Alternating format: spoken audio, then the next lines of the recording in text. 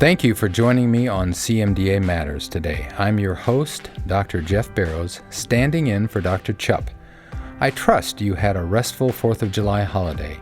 It is wonderful to celebrate the birth of our country and also have the opportunity to spend precious time with our families.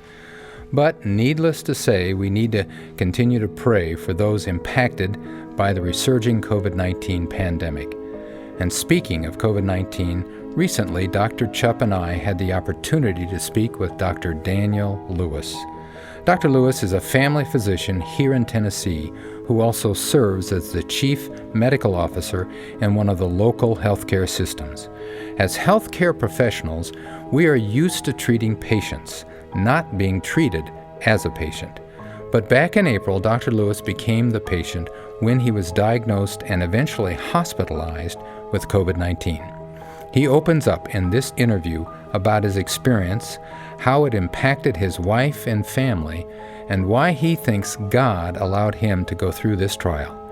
I invite you to hear what Dr. Lewis has to say about his experience with COVID-19 and how it deepened his walk with the Lord.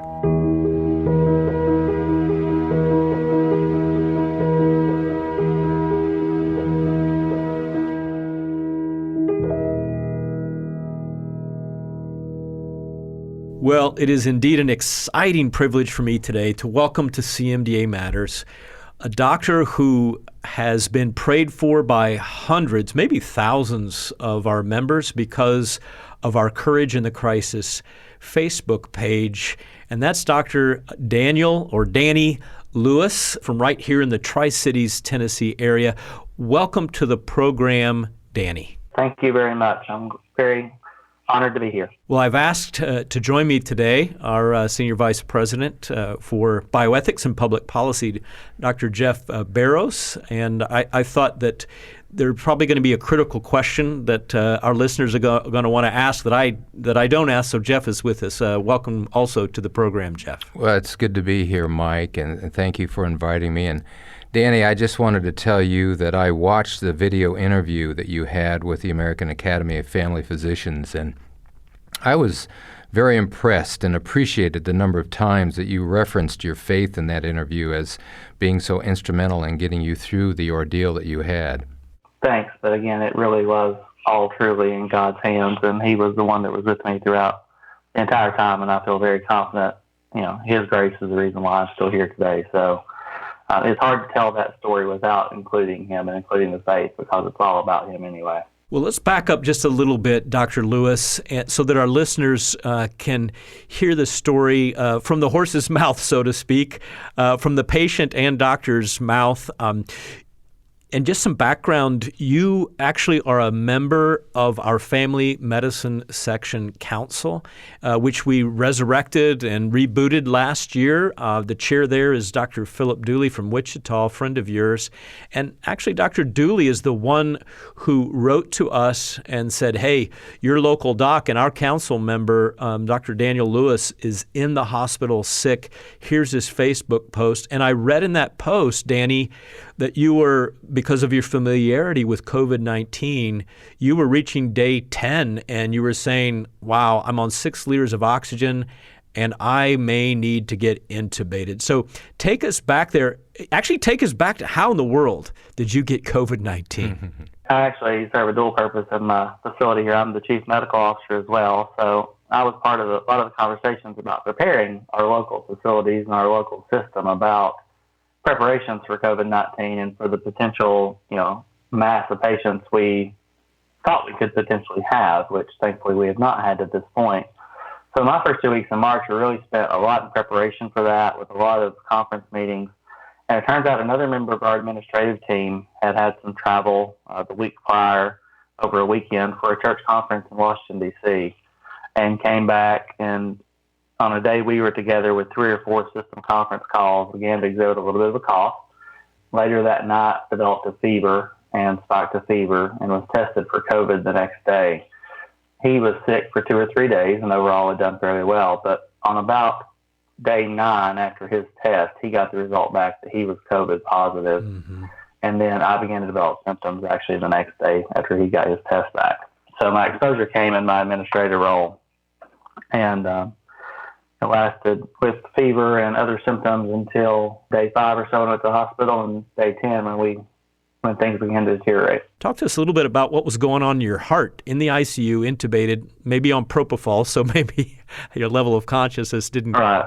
Tell us about that experience. Certainly, it was the foremost part of the story. And with a second organization such as the AAFP, I was trying to be careful not to be too foregoing. But certainly, I think the morning of April 6th, and really in consultation with my doctor and the critical care team, my oxygen, I advanced 6 liters. I was at 93 to 94%.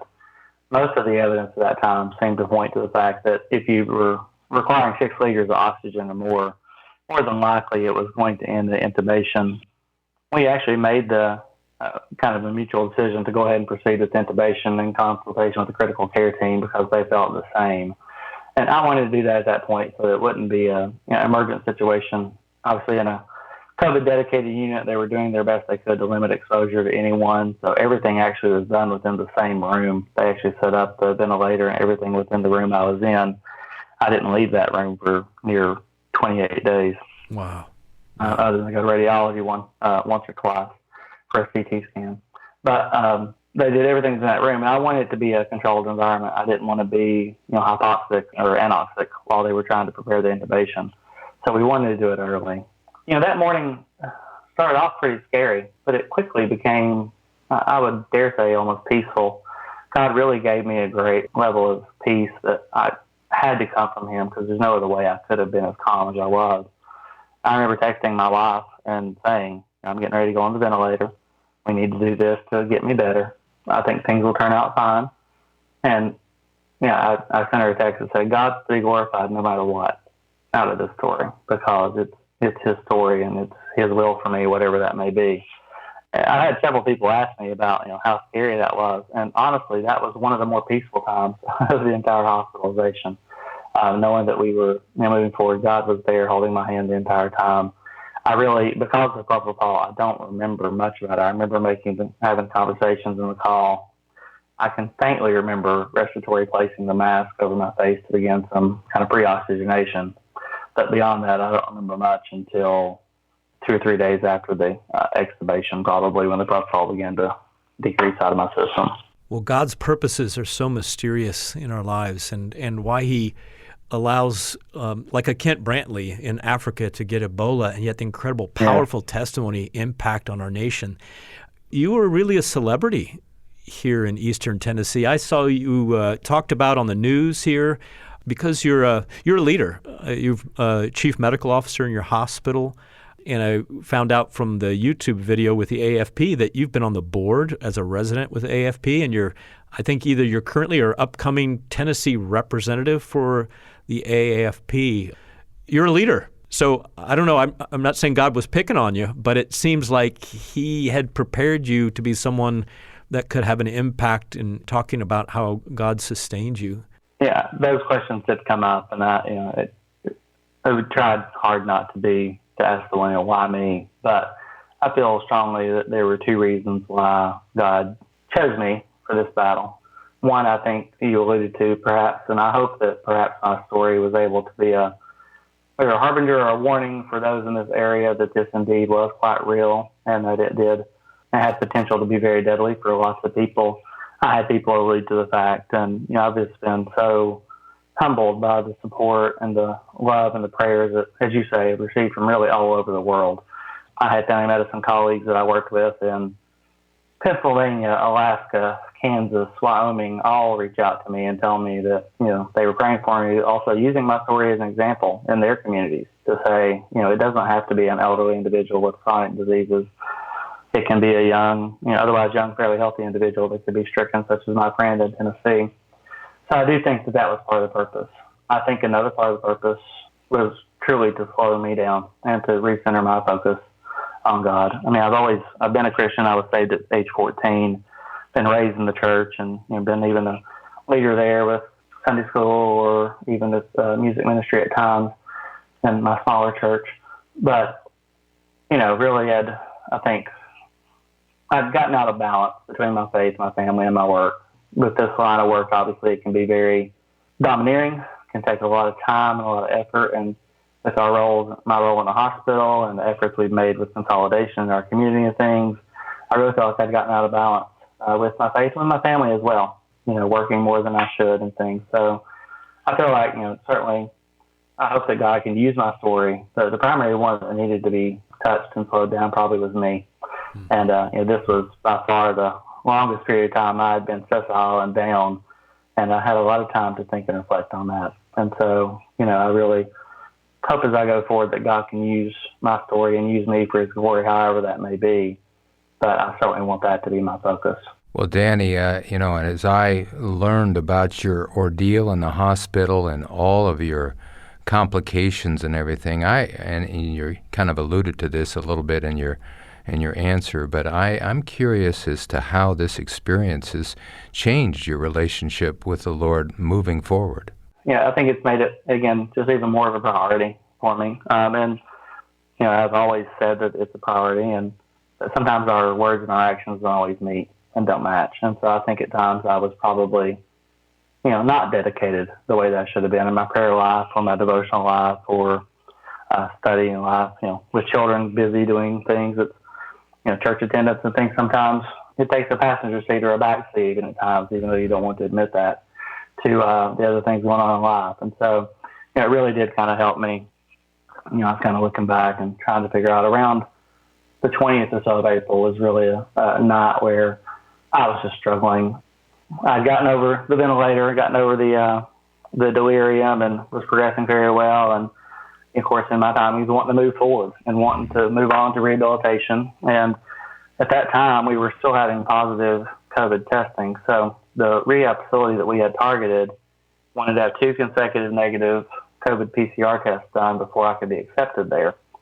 And we now know that, individuals with COVID could shed and have actually, the PCR test does not differentiate between infectious or non-infectious particles. And so I continued to shed particles. I had a pulmonary infarct in my lung, and I continued to shed particles for a week or so.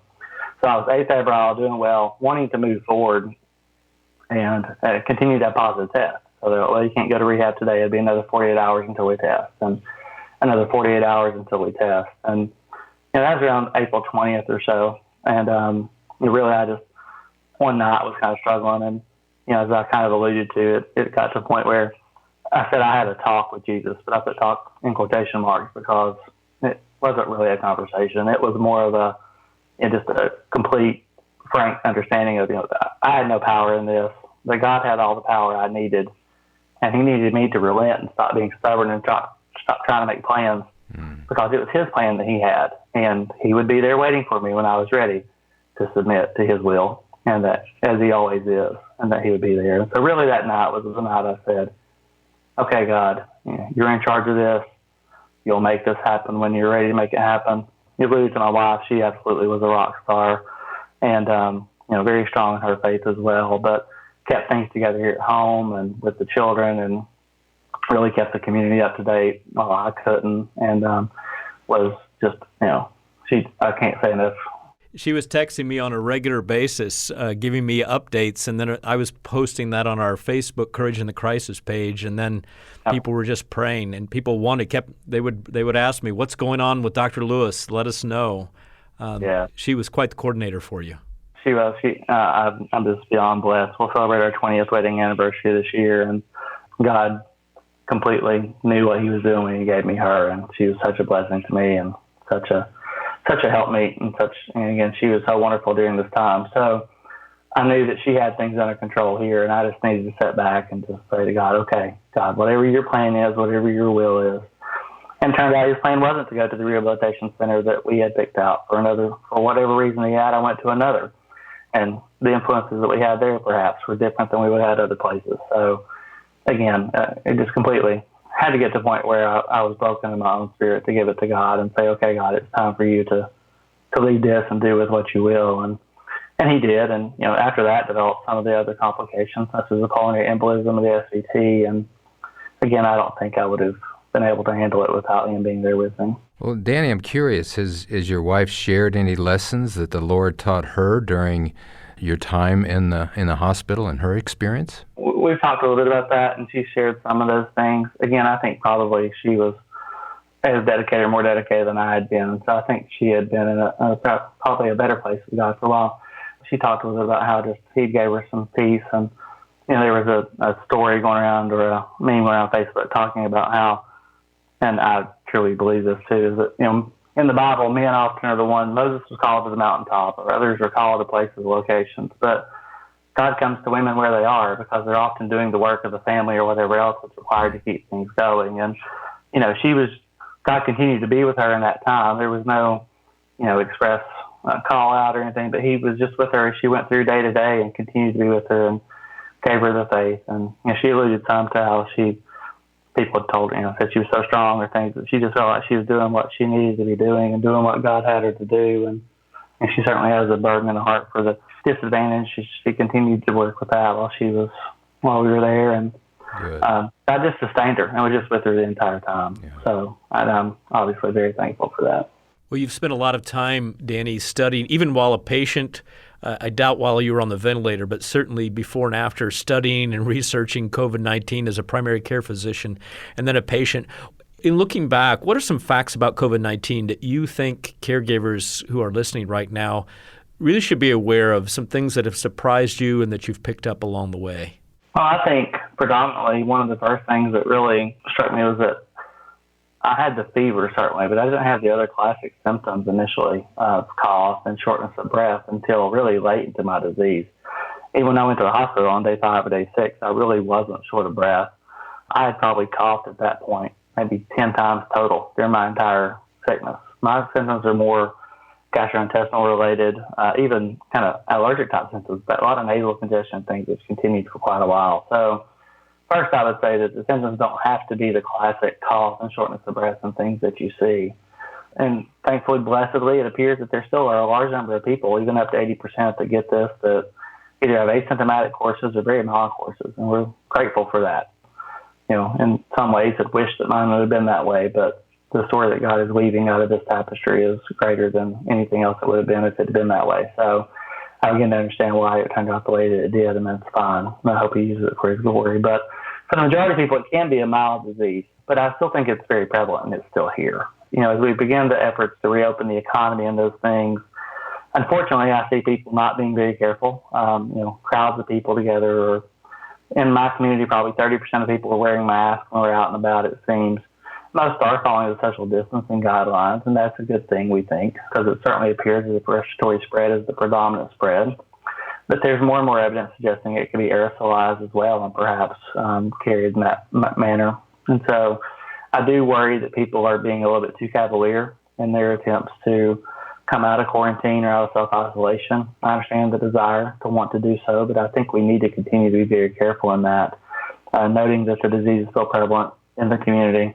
We have done some antibody testing in our hospital staff, just more or less for a prevalence check, and I heard last night that really only about 1% or less of our population has had antibodies. So it's not been widely exposed as many people may feel that it has been. And we're a long way from herd immunity. So I think this will continue to be present with us for a while. So I still would urge people to be as careful as you can be. And certainly I say monitor for the classic symptoms, but look for some of the other symptoms that aren't quite as prevalent as well. GI symptoms are much more prevalent than we initially thought. There can be other non-classical symptoms that can be present as well. Well, what do you think about the infection prevention practices now? As you say, we're probably in this for a while. What I heard you sharing with the folks at AAFP on some opinions you have about PPP. Would you share that with our listeners? Yeah, so certainly in the public eye, not for providers, correct? Either one. Take your pick. Well, I think for the public, certainly I feel like, mask wear is appropriate. I know that there's some angst and some concerns, and you can find opinions on both sides that say masks are harmful or beneficial, but in general, it seems as if masks are widely beneficial for the most part.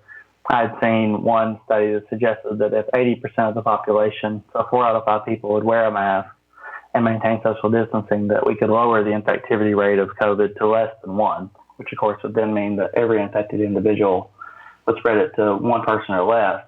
And in that regard, we really could get the handle and perhaps even extinguish the presence of the virus in communities. But I don't see 80% of people wearing that. I do see some individuals wearing gloves, which unless you're changing them with everything you touch, are probably not beneficial for the general public. For the medical professionals, I certainly do think that it's very appropriate to continue to wear masks in clinic. I continue to wear a mask with every patient, despite the fact that I have some antibodies, and I feel like I probably have some immunity to the virus, at least short term. But I think continuing to wear masks in clinics, all of our patients are masking as well. We are screening at the front for symptoms of COVID, and I'm trying to get people to remain in their cars if they have any of that and visit them in their cars. But I do think providers, particularly following and seeing patients, particularly knowing asymptomatic patients can shed the disease, need to be very careful with masks and face shields if available, and certainly using gloves or gowns in situations where it would be warranted. I know some practices are starting to avail themselves of some of the telehealth options, and we are as well. And so some of our visits are telephone or televideo. I hope that continues to be a good option in our toolbox to utilize telehealth coverage and consultations for patients, because I think it will help us to lessen the burden of the disease in clinics and offices and things. So I certainly would encourage mask wear and proper hand hygiene and following social distancing as much as possible. Well, Danny, how is this, your experience was not just as a patient, but as a very sick patient in the hospital for a long time. How has this changed your view of healthcare and the care of patients? Well, it certainly was a side I had not availed myself of that other side of the bed to this point. I hadn't been in the hospital since I've been a child. And it was daunting for me. I mean, to go from being a fairly healthy gentleman in my mid-40s that was fairly robust, could do what I wanted to do, to relying on someone to get me out of bed or to assist me in my daily bathroom privileges or whatever that may be was humbling and very daunting. I saw a lot of workers incredibly dedicated, willing to come in and, wearing their equipment, but yet doing what they needed to do and providing for me and my needs, despite the fact that I was exposing them to a potentially deadly virus every time they walked into the room. And, you could tell when individuals were afraid or when they were scared, perhaps, or trying to put things off. But I encountered very few of those individuals during the time I was in the hospital. Most everyone was just dedicated to their role. And as I said in the AAP interview, we attribute heroes to the wrong people in our society sometimes, as we attribute to athletes and musicians. But truly, I had heroes taking care of me that were willing to sacrifice themselves and their well-being to take care of me. So it was very humbling in that regard. Well, Dr. Lewis, our time is gone, and we are so grateful, Dr. Barrows and I, that you joined us today for CMDA Matters. Your testimony today reminds me of a psalm. David said in Psalm 66:5, "Come and see what our God has done, what awesome Amen. Miracles he performs for people." And that people today is Dr. Danny Lewis and your family. Yeah. So praise God. We'll pray that your testimony, ongoing interaction with patients, I guess I'm hearing you're back with in patient care, that God will bless you and take care of you and your family as you take care of others, possibly with COVID-19 down the road. And thank you, Daniel, for taking the time to be with us today. Thank you for the opportunity. I'm very blessed. And yes, God did work a miracle in my life, and I'm very grateful to him for that. So thank you.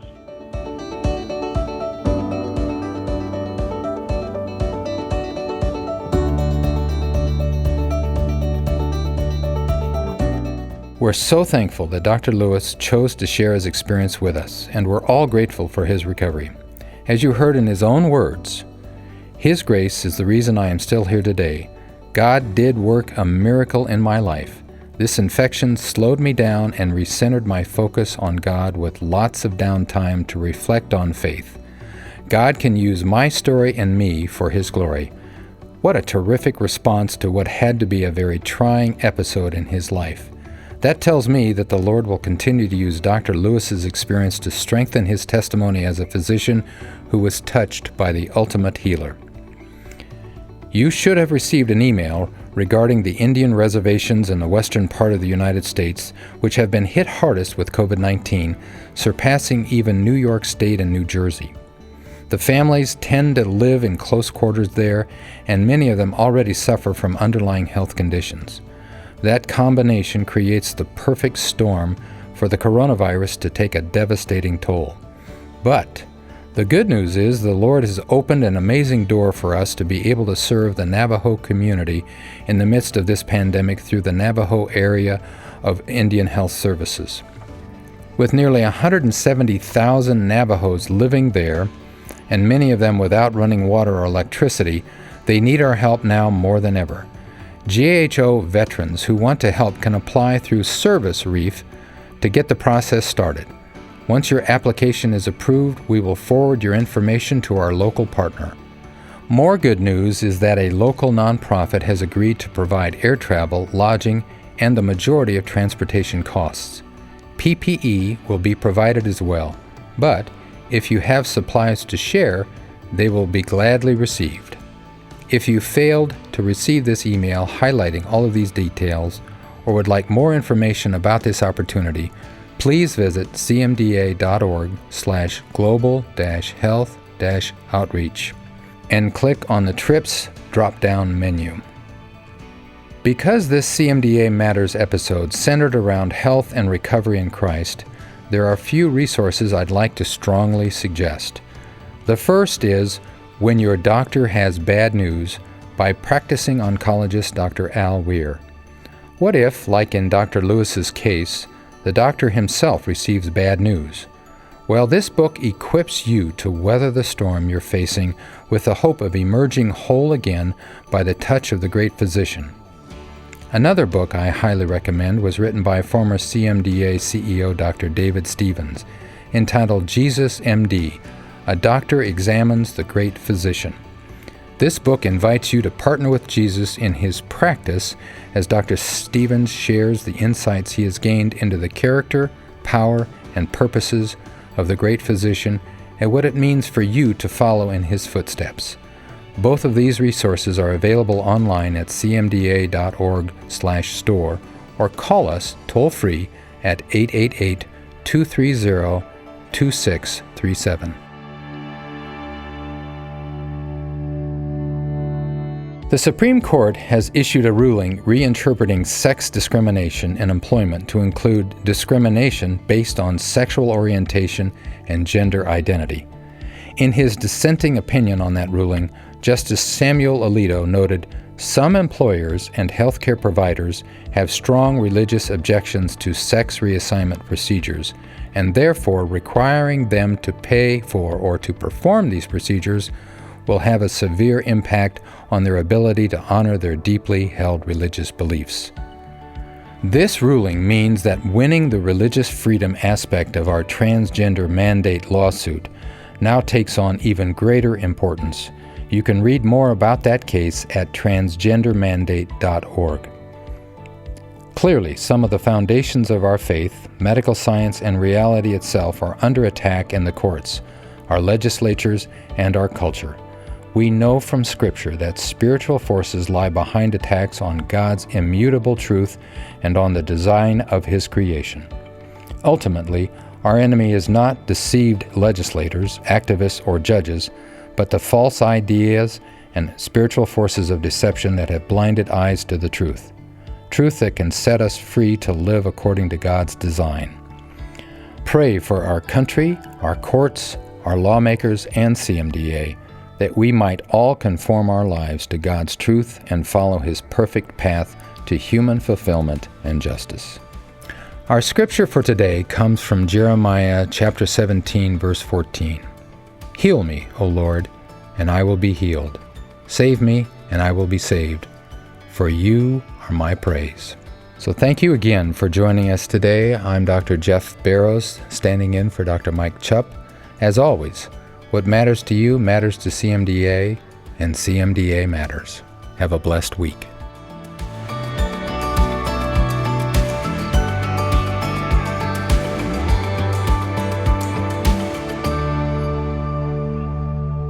This podcast has been a production of the Christian Medical and Dental Associations. The opinions expressed by guests on this podcast are not necessarily endorsed by the Christian Medical and Dental Associations.